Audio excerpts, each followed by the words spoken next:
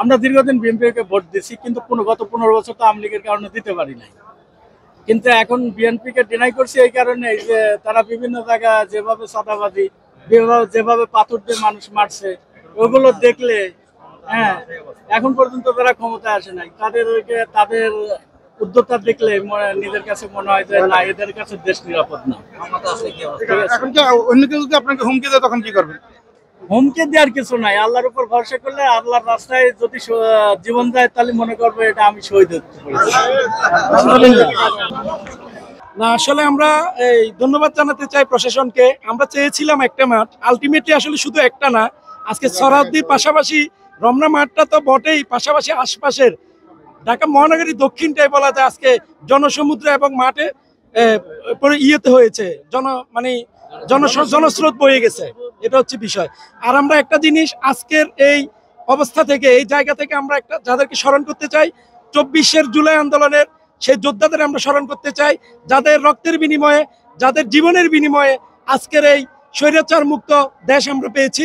আপনি জামাতের কোন পজিশনে আছেন? আমি জামাতের কোনো পজিশনে নাই, আমি জামাতকে ভালোবেসে জামাতের কর্মী হিসাবে সারা জীবন জামাতের পক্ষে থাকতে চাই।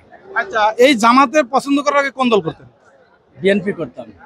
বিএনপি ছেড়ে জামাতে আসার কারণটা কি?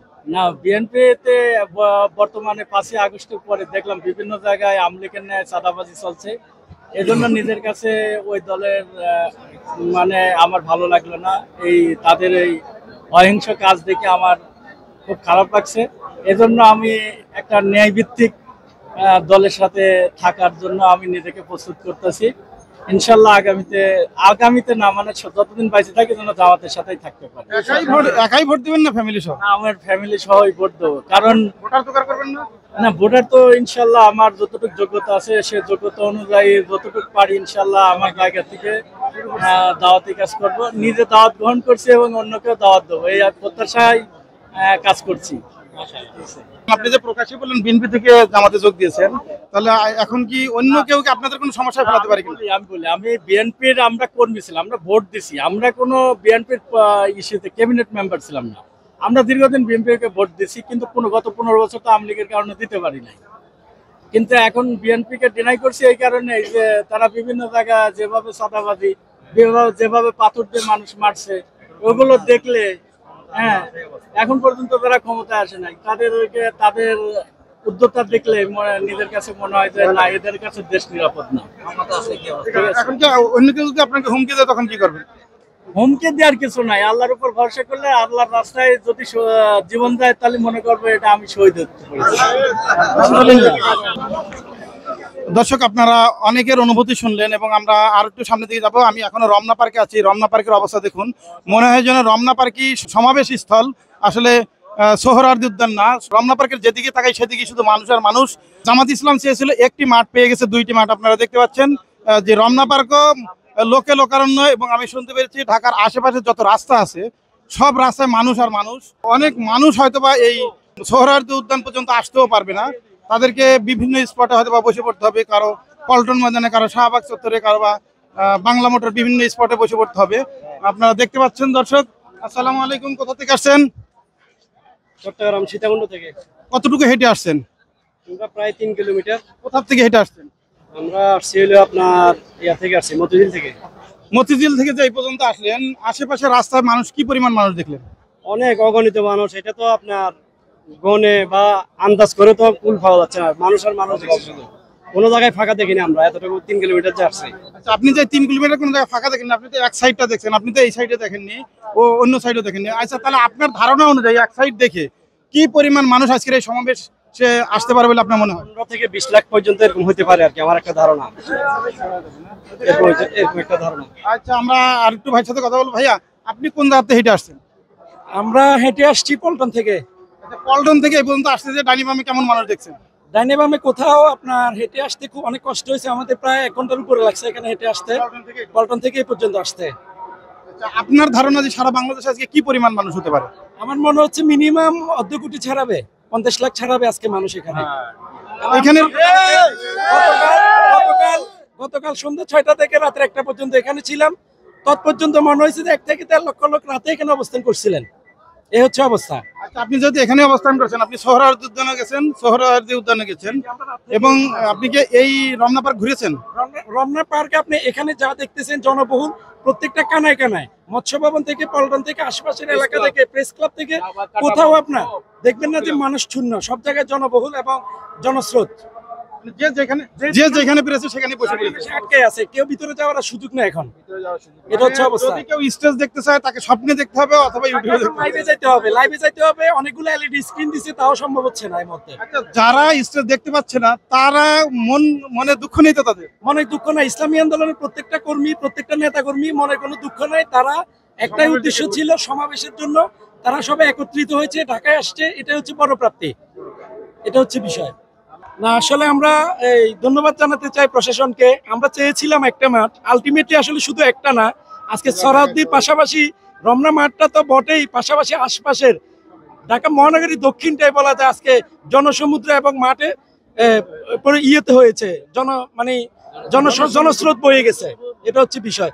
আর আমরা একটা জিনিস আজকের এই অবস্থা থেকে, এই জায়গা থেকে আমরা একটা যাদেরকে স্মরণ করতে চাই, 24 জুলাই আন্দোলনের সেই যোদ্ধাদের আমরা স্মরণ করতে চাই, যাদের রক্তের বিনিময়ে, যাদের জীবনের বিনিময়ে আজকের এই স্বৈরাচার মুক্ত দেশ আমরা পেয়েছি। এই বলেই আজকে এখানে আমাদের মতামত এবং সংক্ষিপ্ত অভিমত ব্যক্ত করলাম। ধন্যবাদ আপনাকে।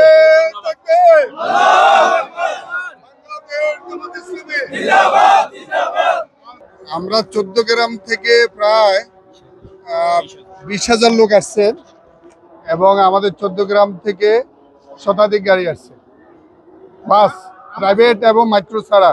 একটা গোষ্ঠীর জাস্ট অপপ্রচার যে তাদের কর্মী আছে, ভোট নাই, কিন্তু আজকে ঢাকায় যে সোহরাওয়ার্দী উদ্যানের যে মহাসমাবেশ, এই মহাসমাবেশের মধ্য দিয়ে প্রমাণ হচ্ছে যে ঢাকা সোহরাওয়ার্দীর আশেপাশে পুরা ঢাকা শহর আজকে রমনা পার্ক সহ এইদিকে প্রেস ক্লাব, বিজয়নগর এবং কাটাবন সহ আশেপাশের লোক ভরে গেছে। এছাড়া ঢাকা মহানগরের যে জনশক্তি তারা বাইরে অবস্থান নিচ্ছেন।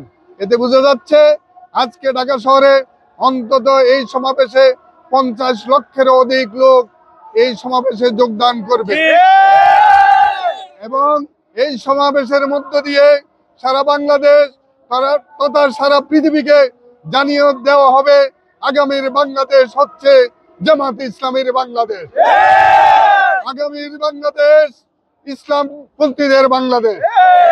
সুতরাং আজকে এই উপস্থিতির মধ্য দিয়ে যে ঢাকা শহর বর্ণিল রঙে আজকে রঙ্গিত হয়ে গেছে, এর মধ্য দিয়ে আমরা সেটা প্রমাণ করে দিচ্ছি।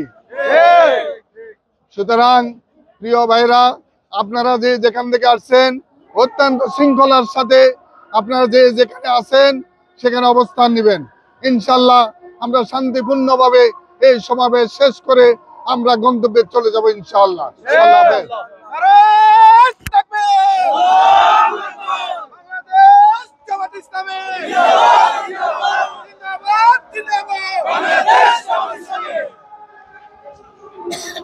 আপনি কিছু বলবেন কিনা, এই সমাবেশ দেখে আপনার কেমন লাগছে? যে আমরা তো হচ্ছে তরুণ প্রজন্ম, আমাদের কাছেও ভালো লাগতেছে। যেমন আমরা দেখতেছি যে অন্যান্য দল যারা আছে তারা বলতেছে যে তরুণ প্রজন্ম তাদেরই, কিন্তু আমরা আজকের উপস্থিতি দিয়ে আমরা দেখিয়ে দিতে চাই বাংলাদেশ জামাত ইসলামী তরুণ প্রজন্ম কি পরিমাণ আছে। আজকের উপস্থিতি দিয়ে আমরা এই ঢাকা মহানগর, যেমন আমাদের সোহরাওয়ার্দী উদ্যানের যে প্রোগ্রাম ছিল, অলরেডি আমাদের সোহরাওয়ার্দী উদ্যানের যে মাঠ পেরিয়ে গিয়ে আমাদের ঢাকা মহানগর দক্ষিণের যে আশেপাশে, এখানে রমনা, এদিকে প্রেস ক্লাব, এদিকে নয়া পল্টন হতে শুরু করে কাটাবন, শাহবাগ চত্বর, ঢাকা ইউনিভার্সিটির আশেপাশে সব পরিস্থিতি আমাদের খুবই সুন্দর অবস্থিত আছে। এখানে রমনা বিশাল এক সোহরাওয়ার্দী উদ্যানের মতো একটি মাঠ, এখানে জনগণের উপস্থিতি অনেক বিশাল বহুল। তো এই জন্য আমরা তরুণ প্রজন্ম আমরা আহ্বান জানাচ্ছি সবাইকে, আমাদের ঐক্যের ন্যায় ইনসাফের প্রতীক দাঁড়িপাল্লা, আমাদের নতুন পথ দাঁড়িপাল্লার প্রতি ইনশাল্লাহ আমরা দিব সবাই ইনশাল্লাহ। মতামত শুনলেন এবং আমি রমনা পার্কে ঘুরতেছি, আসলে আমিও ক্লান্ত হয়ে পড়েছি, সেই সকাল থেকে এসেছি। আর রমনা পার্ক এবং সারা ঢাকা শহর তো আমার একা দেখানো সম্ভবই না। আপনারা বুঝতে পারছেন যে আসলে দর্শক, আমি যেদিকেই ধরতেছি সেদিকে শুধু মানুষ আর মানুষ। আমি একটু কথা বলি, যারা রমনা পার্ক ঘুরেছে টোটালটা। এই রমনা পার্ক কি পুরাটা ঘুরছেন কেউ? হ্যাঁ, আচ্ছা আসসালামু আলাইকুম ভাই, আপনি কি রমনা পার্ক পুরাটা ঘুরছেন? না, ঘোরা হয়েছে মোটামুটি। আচ্ছা, রমনা পার্কে কি পরিমাণ মানুষ দেখতেছে? প্রচুর লোক, কোনো দাঁড়ানোর জায়গা নাই, বসার অবস্থাও সেরকম নাই, যেটুকু আছে মানুষে ভরপুর। ধন্যবাদ। দর্শক, আপনারা শুনলেন যে রমনা পার্ক এবং সোহরাওয়ার্দী উদ্যানের একই অবস্থা। আমি আর ভিতরের দিকে যাব না, আপনাদেরকে একটু দেখাই। আমি বের হব, আমিও দুর্বল হয়ে পড়েছি, আসলে কথাও বেশিক্ষণ বলতে পারছি না। দর্শক, আপনারা দেখতে পাচ্ছেন যে এখান থেকে হয়তো